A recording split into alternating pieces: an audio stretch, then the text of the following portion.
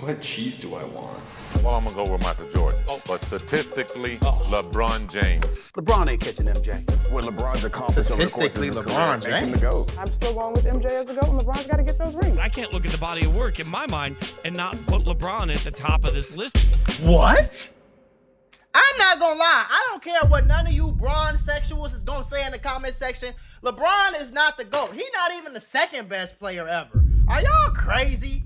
Are y'all insane? Let me put it to you like this. If Michael Jordan never choked in the finals and he won 3 rings in a row twice, and never choked with a worse team, I want you to tell me what team that Michael Jordan won a championship with, what team was better than the team that LeBron won with? I'll wait.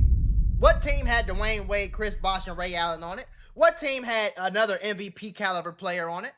I'll wait.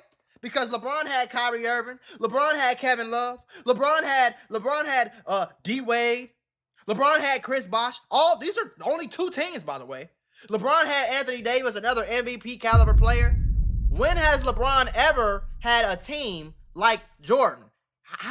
So you telling me Jordan did more with less in less time, and he did way better, and he never choked? Stop it, bro. Let me put it to you like this. If I take that in any other way, is Brady? Well, how come Brady ain't the GOAT? How come Brady's the GOAT? How come Patrick Mahomes ain't the GOAT? Because Brady has more rings, right? See, people, I'm going to get more into it as we go into the reaction, but people, it's just not a logical statement to think that LeBron is even better at anything other than passing than Michael Jordan. It's not even close. It's bad. It's bad. It's bad. We haven't said a word yet, and you already know what this video is about. There's no conversation in basketball more contentious than the GOAT debate. It's the epic of our game's discourse, the nebulous center that every all-time ranking conversation timidly dances around. And today, we're coming at it with a new approach. Instead of lining up the resumes of Michael Jordan and LeBron James and trying to separate the achievements from the context behind them, we're going to single out 3 key phases of their career that highlight specific strengths. Their athletic primes, the peak of their on-court skill, and the way they adapted after both of those passed. With the help of our friends at SofaScore, some in-depth overviews of selected seasons, and cheese from 2 representative GOATs. Yes, the GOATs that opened the video. We're going to provide a balanced and comprehensive look into the discussion that's divided fans into opposing camps for decades. But whether your GOAT is LeBron or Jordan, we have one request. Watch the video, openly engage with both sides of the argument. Yell at us if you have to. All we ask is you listen first. And then at the end, go to SofaScore and vote for your GOAT. The link will be in the description.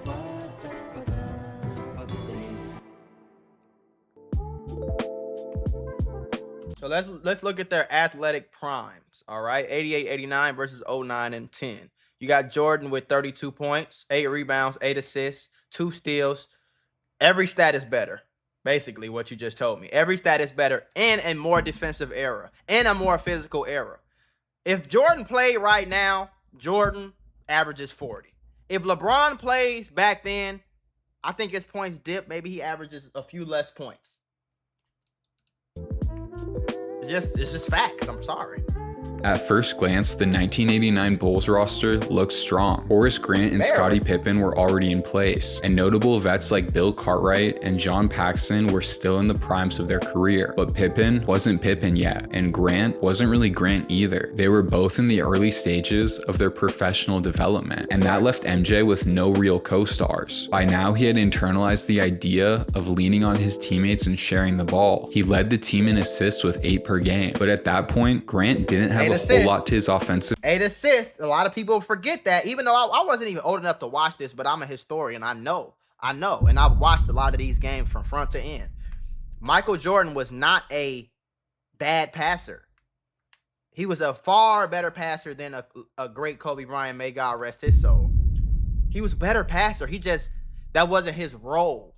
on the team. It wasn't because he was incapable. It just wasn't his game role. outside of a steady 15-footer, and Pippen was more of a transition weapon than a half-court playmaker. Thankfully for Chicago, Michael Jordan was already a legitimate superhuman. For the most part, you can forget about the refined back-to-the-basket game that eventually came to define MJ. In 1989, he wasn't pump faking and fading away. Instead, he was simply levitating, whether he was getting to the rim or pulling up for a mid-range jumper. This version of Jordan has the historically unique ability to hang in the air until his opponent started to descend. That might sound like an evocative piece of mythology, but it was a real skill with functional advantages. He could take his time lining up his shot as the defender contesting it gradually left his line of sight, and rim protectors that weren't willing to is like they act like Jordan. You not about anything Jordan was doing. You're not about to act like he couldn't do that now. That he would be able. That nigga be out there playing with these. Blatantly foul were helpless. Even on a 47-win team, MJ came extremely close to winning his second straight MVP and fell one game short of bringing Chicago to its first finals appearance. Unfortunately, there was one team in the East with rim protectors who were willing to do much more than blatantly foul. They was trying to kill that boy. LeBron James didn't have the same postseason success as a 25-year-old, but that comes with some important caveats. One of them being the fact that he ran into a better team earlier. That Cleveland team wasn't as destitute as some have retroactively made them out to be. Anderson Varejao was an all-defensive selection, and Mo Williams could drop 20 on any given night. But in the second round, they ran into the Big Three Celtics, and they weren't ready to compete with them. Still, while the playoff bracket broke the wrong way, their regular season was special. Like Jordan, LeBron did everything for his team on both ends of the floor. He was their best scorer, passer, perimeter defender, and rim protector. Thanks to him, the Cavs won 61 games with only one All-Star on their roster. That's not the typical setup for a 60-win team, and leading that squad to that win total is the main reason LeBron took home his second consecutive MVP award. Statistically, it's about even, and through the lens of the regular season alone, it seems like LeBron should take this one, but it's really hard to ignore the postseason here. That's not because LeBron struggled, and we'll go out of our way to correct that narrative. Game 5 of the Boston series was a nightmare for the entire state of Ohio, but James still averaged an incredibly efficient triple-double through the course of the playoffs. With that said, MJ knocked down an iconic game winner over Craig Elo in round 1, dropped 40 in 3 different games to beat the Knicks, and put up 35, 7, and 7 through the course of the Bulls' Eastern Conference Finals run. We'll never forget how unbelievable LeBron was in 2010, but a playoff run full of iconic moments is too much to ignore. We have to give this one to Michael Jordan. So we already gave that one to Jordan, right? That was the athletic prime, okay? Now let's get into the skill prime. So you got LeBron averaging, what is that? 2 more rebounds, or just about 2 more rebounds, 5 more assists, just about the same amount of steals. Jordan averages 2 more points, and Jordan's field goal percentage is a lot lower. Now, the reason I will say this is what I think. This is a pretty interesting one here. The reason I would still give this to Jordan is because of the era. All right, 96, 97. You got to understand that you could still hand check back then. The defense was crazy. The physicality was insane. And I don't think LeBron James has never went through that. And I just think if Jordan and LeBron was in the same era, I don't think LeBron is. If you put them in the same era, I just that's the reason why I don't understand where people come with this LeBron is the GOAT thing. Because if you put them in the same era, and let's say in that same era, let's say Jordan and LeBron were drafted in the same year and they left the NBA in the same year, or they're just in the same era. And Jordan has 2 3-peats, 6 rings, no losses, and LeBron has 4 rings, 6 losses. The fuck are we talking about? You know what I'm saying? And now, one thing I hate when people do with this debate is they say, oh, well, if it's about rings, then how come Bill Russell's not the GOAT? Because Bill Russell is not nowhere near as skilled as these 2 players. So first, you have to be individually the best skilled player of all time. Do I think that LeBron James is that much worse than Jordan? No, I think skill wise, as far as like being a great player and a just pure basketball player, take away all the accomplishments, skill wise, I think they are even. The reason why I give Jordan the edge is because his greatness was greater than LeBron's greatness. You understand what I'm saying? So here, put it like this. If me and you, we're both billionaires. Me and you were both billionaires. So we're in the same category, right? But I have 6 companies that I started, and all 6 of them are billion-dollar companies. I never missed. Every time I started a company, I started 6 companies, and they all were billion-dollar companies. I have $6 billion in companies. You are also a billionaire. You started 10 companies. 6 of them failed.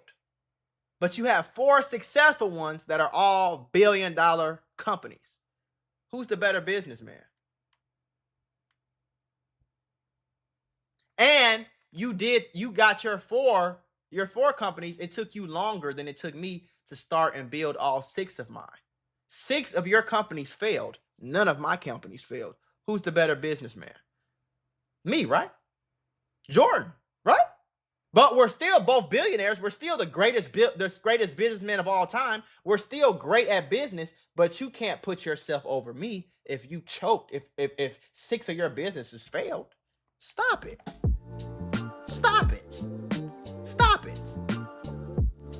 Now we're past the skywalking slam dunk contest winner and 2 years beyond the brief foray into baseball. And that means we're talking about a different kind of Jordan. The primary difference isn't his athleticism. He might not have been the same aerial artist he once was, but as long as he was wearing red, MJ was a step quicker and a touch more explosive than anyone else in the league. But he wasn't getting downhill and attacking from the perimeter on every play anymore because he was playing in the triangle offense. In transition, everything was the same, but in the half court, Jordan was getting to the block and going to work. If the double came, he could throw the easy pass or pull out a ball fake that usually got the cameraman as well as the defender. And if the double didn't come, well then, it was over. He had the fadeaway, the spin, up and under, a virtually endless array of refined post moves that meshed with his quick twitch. On top of all of that, he was out there on the perimeter alongside Scottie Pippen, setting the defensive tone in every single matchup. That more cerebral approach to the game made the Bulls a paragon of consistency. They didn't win 72 games like they did the season prior, but they did win 69 to cap off the most dominant 2-year stretch in league history. Voter fatigue stole another MVP from MJ, but everyone knew he was the undisputed best player in basketball. MJ and LeBron and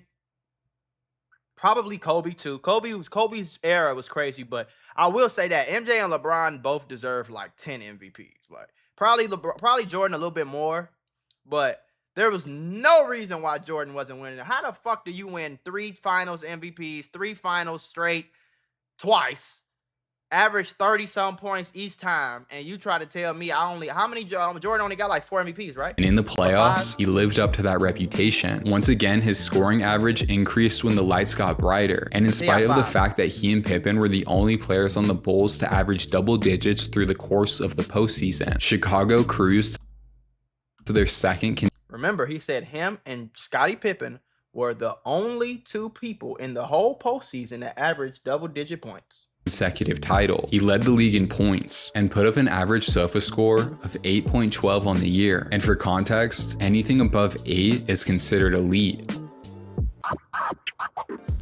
But at 33 years old, LeBron James put up an 8.35 SOFA score. And while that doesn't tell the whole story, it does a great job of getting the general point across. Like Jordan, LeBron wasn't the same athlete he used to be. That might sound insane for those of you who remember a 6'9" armored tank speeding down the floor in Cleveland, but it's true. LeBron wasn't jumping over undersized guards to catch. Let's just look at who. I forgot what year they said. Look who was he playing? The Raptors?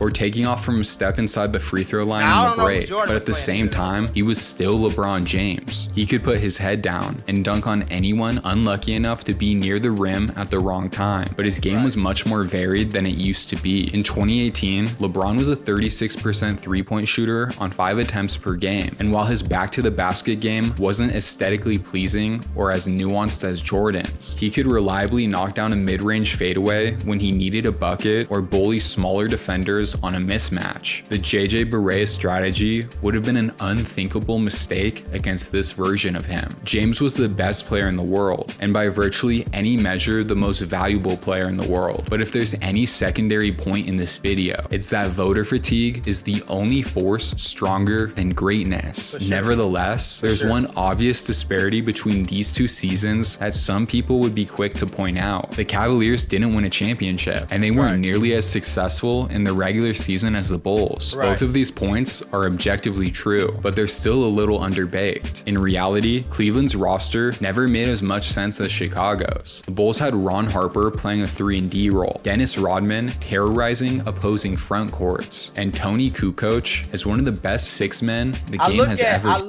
I'm gonna be honest, bro.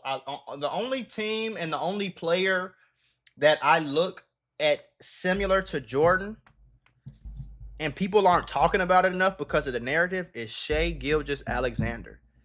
If Shai Gilgeous-Alexander can win a back-to-back championship right now, he's still very young. If he can get his second ring in 2 years with that OKC team, because that OKC team is very similar to the Bulls team. And that's why I give another reason why I give the notch to Jordan, because Jordan didn't have superstar players on his team. He didn't have Ray Allen, Chris Bosh, Dwayne Wade, and himself all on the same team. And still, well, this before Ray Allen, and still completely choke against the Mavericks. You understand what I'm saying? The Bulls had Jordan, they had the superstar, they had their number 2 option, and then they had their specialty players, 3-and-D guys, Rodman, who didn't do shit but put back and rebound, Ron Harper, who was a shooter and a defender, Tony Kukoc, right? They had these players who were extremely skilled in their specific roles. It's I don't know what to compare it to, but I see OKC the same way, where they have Shai, one of the most unstoppable players in the league. I don't know why people talk about Jokic. Jokic is not better than fucking Shai, not even close. I don't care what the stats say and how many. Jokic is not a better basketball player than Shai Gilgeous-Alexander, period. So you got Shai.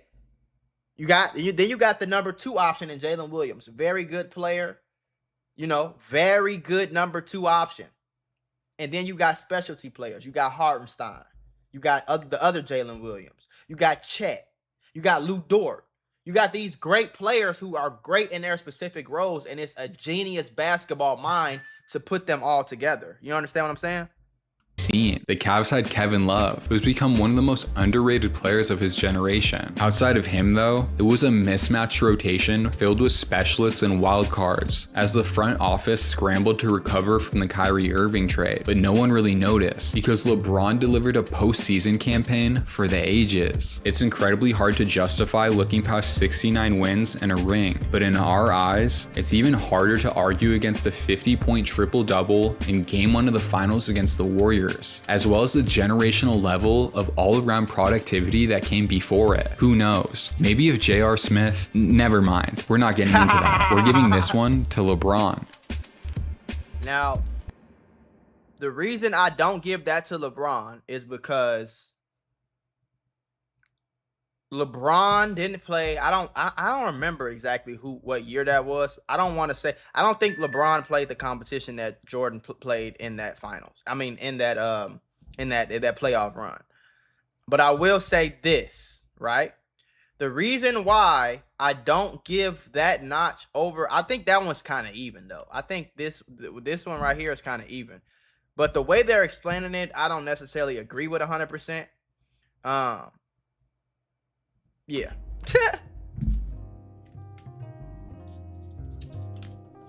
Michael Jordan's Wizards tenure is usually skipped over entirely because it doesn't fit neatly into his career. But in its own way, MJ's days in Washington were highly impressive. Yes, Jordan for had sure. been retired for more than 3 straight years. Jumping back into the grind of an NBA season after that much time away is an extreme challenge. still And come in doing and it ball at like 38 that? years old only compounds the issue. But MJ was shockingly effective in spite of that. He led Washington with 22 points per game. Again, this is a different era. This is a different era. A different era.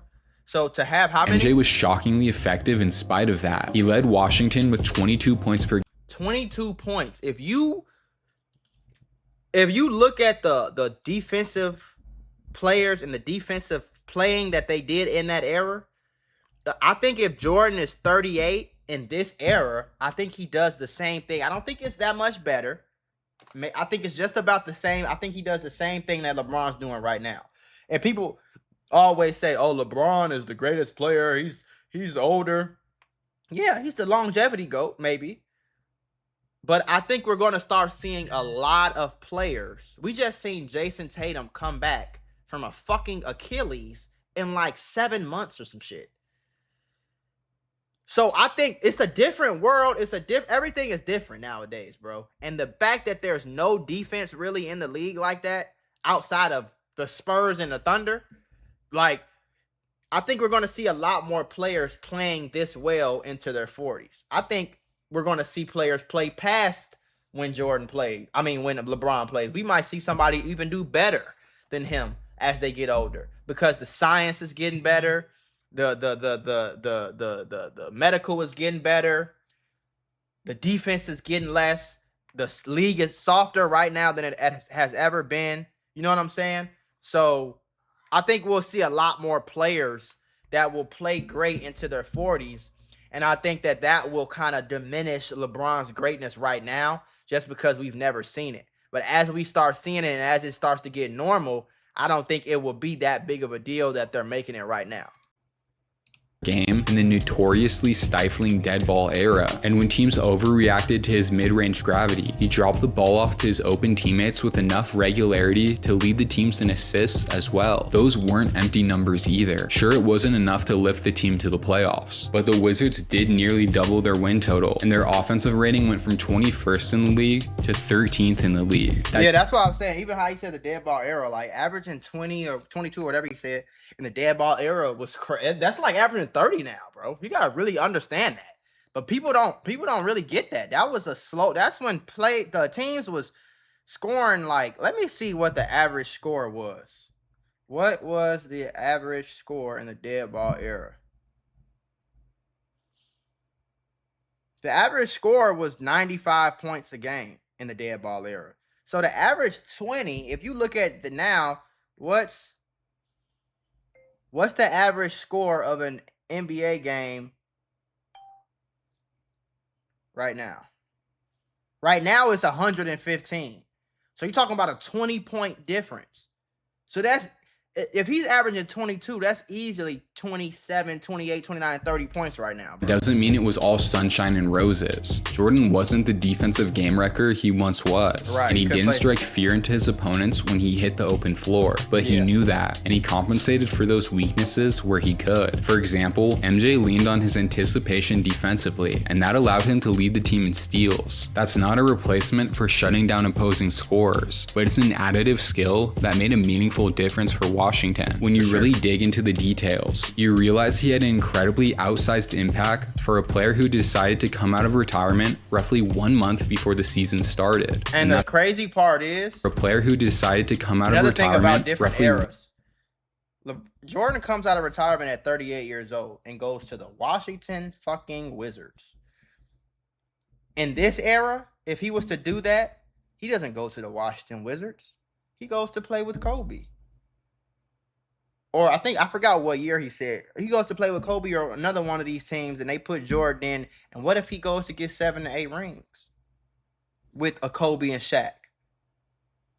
I can't think of the other teams right now, like dominant teams on the top of my head right now. But imagine if he comes back and goes to a great, like, it's so acceptable now. Stuff like that wasn't acceptable back then. So I think if stuff like that was acceptable, and you can go get Hakeem and bring him on your team, and ain't nobody gonna say nothing. How many rings does Jordan win then? Is it 7, 8, 9, 10? What if he doesn't retire? You got to think about stuff like that when you talk about this debate. 1 month before the season started, and that's a credit to his understanding of the game. In a changing league without the same athletic gifts that made him one of the most daunting figures in all of sports, Michael Jordan came back to basketball and put together an all-star caliber season. Unfortunately, LeBron James found the fountain of youth somewhere on the coast of Southern California. The stats, the sofa score, and the trip to the Western Conference Finals all tell the story well enough, but there was more to it. That Lakers team was coming off back-to-back disappointing seasons due to injury-riddled rotations and poor personnel decisions, and Los Angeles didn't adjust their expectations with age. Another early exit and the pitchforks would have been out, but LeBron shifted over to the third different position he played in 3 years, and led the Lakers in points and assists. Some of it came from his usual diet of bruising downhill drives, but some of it was a product of his recent adaptations, specifically thriving as a vastly overqualified short roll decision maker, and both the selflessness and versatility required to evolve that late in a career is absurd. He was an all-NBA third-team selection and carried Los Angeles through a sea of injuries, buying Anthony Davis and company enough time to get healthy for the postseason. We have to go with LeBron James, and that means one thing. It's time for our verdict.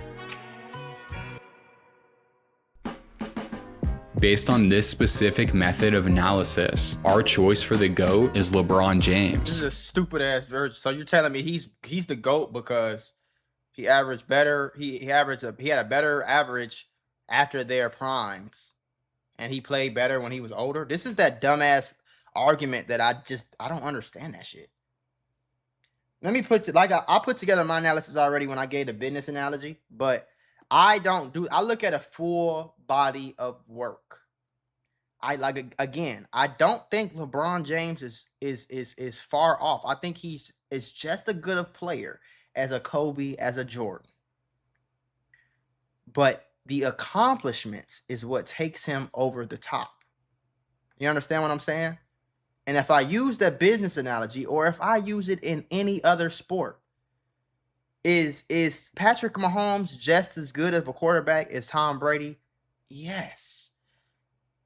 But you can't argue with Tom Brady having 7 fucking rings. So now if Patrick Mahomes wins, I think it was 3 straight he was trying to three-peat, to be the first three-peat. If he's the first three-peat in NFL history, when he lost to the Eagles like 2 years ago, I think the debate is crazy. You know what I'm saying? But you have to, anybody who picks LeBron as the GOAT, you have to ask them about other sports. And when you ask them about other sports, that's when the real tale comes out. I think LeBron James, I think it's a preference, right? I think certain people prefer LeBron because whatever reason, maybe he's the first player they saw. Maybe he grew up on them. Maybe he influenced them. Maybe they wanted to play like them. Maybe he played for the Cavaliers and from Ohio, whatever reason it is. But it's a perfect example with Shannon Sharp. Shannon Sharp said that LeBron is the GOAT because he played longer. But he also said Brady is the GOAT because he has more rings. So here's my full analysis, right? I don't think they're superstars away from each other. I'll tell you what I think Jordan does better. I think he was more clutch. I think he played better defense. He was a better scorer in every aspect. I think LeBron James is a far better facilitator. I think his basketball IQ was higher. I don't think he's as clutch. I don't think he can score as good. I don't think he can play his defense as good as Jordan could. Right? I understand that LeBron has 6 losses and he has 4 rings. The reason I don't hold a lot of those losses against him is because I understand the full circumstances. So the first year, he gets to the finals with Cleveland. I think that's an accomplishment in his own because that Cleveland team was not supposed to be in the finals. Yes, it was a weaker Eastern Conference than the Eastern Conference of Jordan's era. It was a lot stronger than it was when LeBron's era. But him getting to the finals with that Cavaliers team with Anderson, Varejao, and Mo Williams, albeit decent players, he wasn't supposed to get to the finals with that damn team. So I think he got swept that year against Tony Parker and Tim Duncan and them and the Spurs. And if he lost 6 rings, I'll take that away from him. Okay. The next time he gets to the finals is when he goes to the Miami Heat and he has a super team and he goes to Dallas Mavericks. He plays against the Dallas Mavericks, right? So already, what do we have here?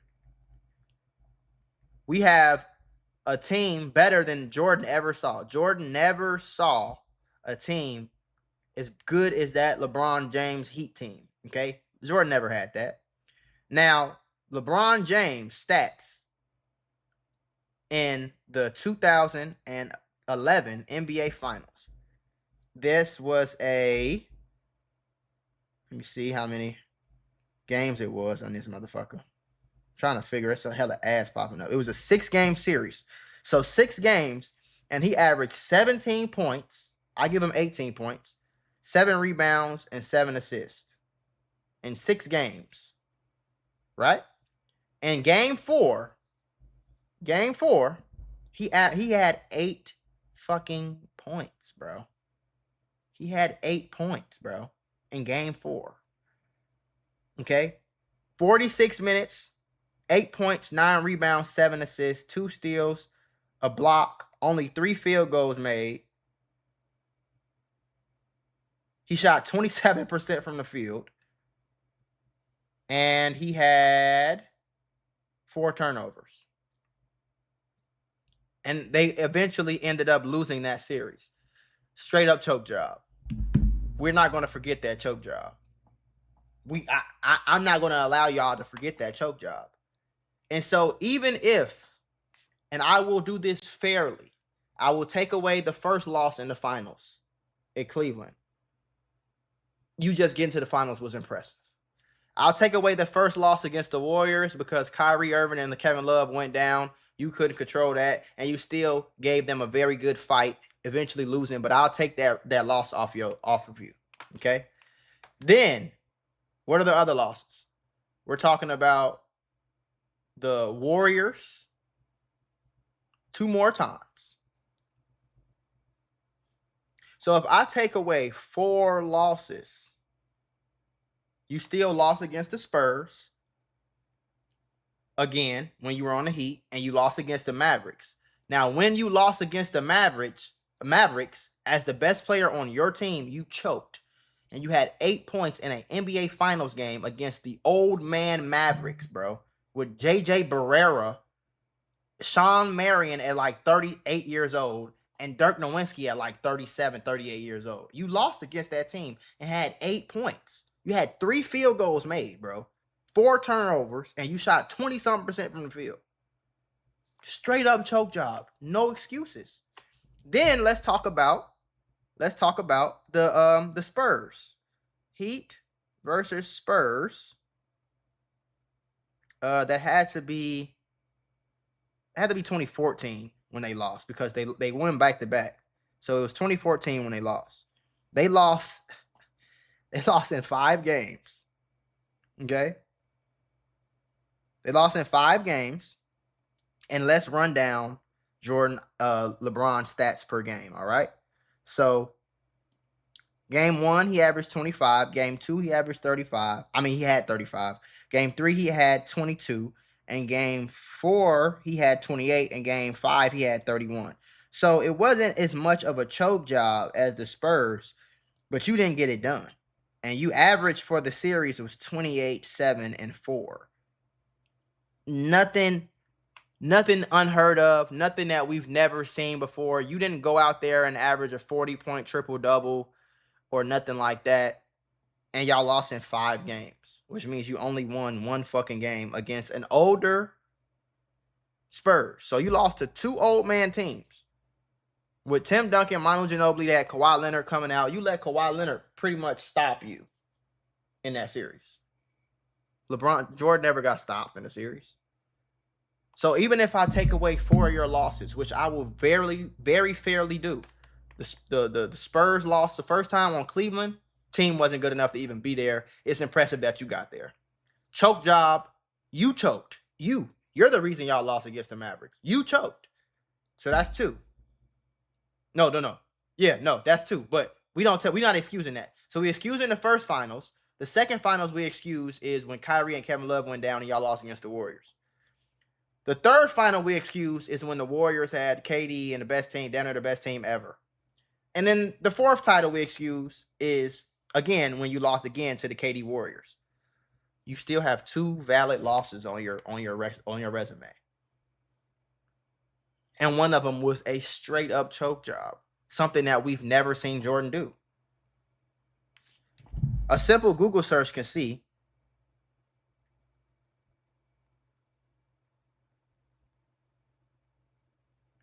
I said, what are the lowest points Jordan ever scored in an NBA Finals game?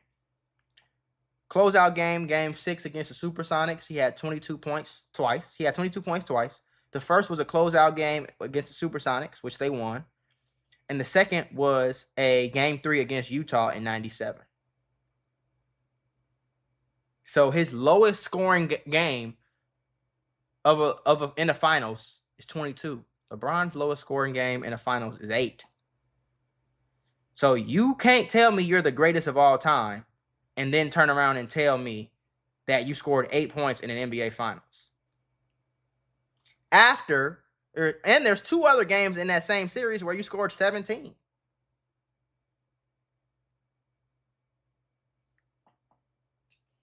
And I think that's what differentiates the levels of greatness. I think, like I said, they're both the greatest, both 2 of the greatest of players of all time. But I think what puts Jordan above is simply his accomplishments. He has more MVPs. He has more all defensive teams. I think Jordan has a defensive player of the year. He has 2 three-peats. LeBron has never three-peated. The only other person to ever three-peat is who? Kobe and Shaq. But y'all was ready to put Patrick Mahomes in a GOAT conversation if he three-peated. But Jordan three-peated twice. Nobody's ever done that. So now if LeBron James won, and then we got a bubble ring too. One of his 4 rings is in the bubble against the Miami Heat. Come on, man. And they say that Jordan never played competition. There was not one finals where he did not play a Hall of Fame player. He played Gary Payton. Okay, he played Magic Johnson. You could say Magic Johnson was old. You could say that Lakers team was old, but so was the Mavericks team, and they lost with a better team. So the Lakers was older. Yeah, he won. He beat them. Okay, he beat the Supersonics. They had Gary Payton. He beat the Jazz twice with Karl Malone, one of the greatest players ever. And then who am I missing right now? Who else did he beat? I can't think off the top of my head, but. Yeah, I don't agree with that competition bullshit either. Like, I don't know. I'm gonna let the we want to acknowledge something that we've acknowledged before. We're young. Neither of us were born before MJ played his last game with the Bulls, and we were both growing up as LeBron James became LeBron James. That means that as much as we watched, analyzed, and tried to be objective about the situation, we also felt it. We remember the summer that LeBron James signed with the Heat and the intense vitriol in the aftermath. We were jumping off the couch with our friends when he became the first person to silence Oracle Arena. In the era that formed our initial perception of the league, he was the standard that other stars were compared to. It's not just that we were there, it's the fact that his greatness was our introduction to greatness. We didn't experience the 72-10 season. No matter how much we rewatch it, that doesn't mean it didn't happen. It doesn't matter. To me, that's how I look at it. Yeah, I'm only 27. I didn't see Jordan them play either. Jordan's last ring was the year I was fucking born. I was born 4 months after he won his last championship. So I didn't see it either, but I know the facts. I don't need to, just because I didn't see it doesn't mean it didn't happen. And that's what's wrong with this generation. Y'all think that if you didn't see it, it didn't happen. If it's not on social media, it didn't happen. If it didn't get recorded, it didn't happen. All of these things still happen, bro.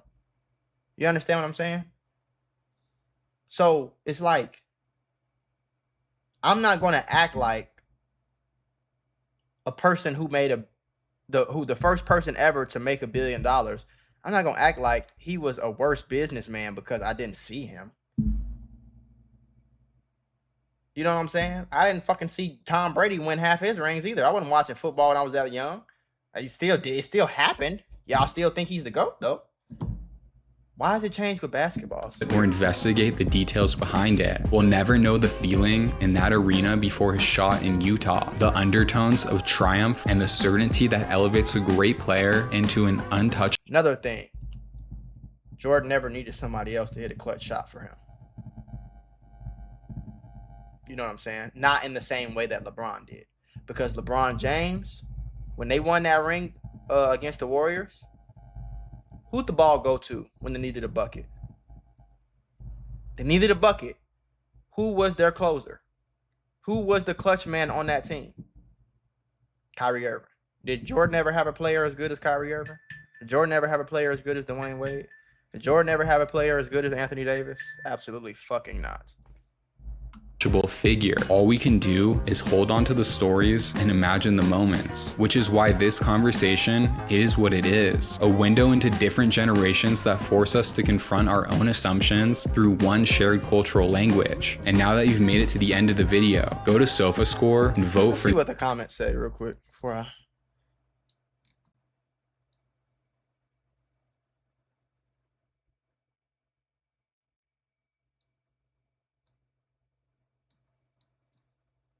They trolling in the damn comments.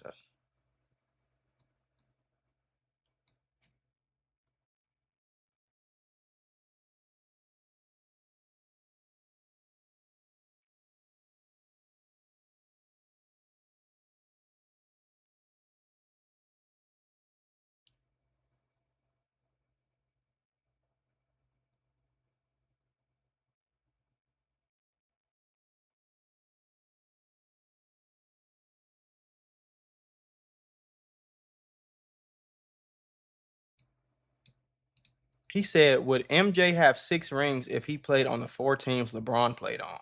Are you fucking insane? You don't think MJ you think MJ would have choked against the Mavericks like he did? I don't know. Let me know what y'all think though.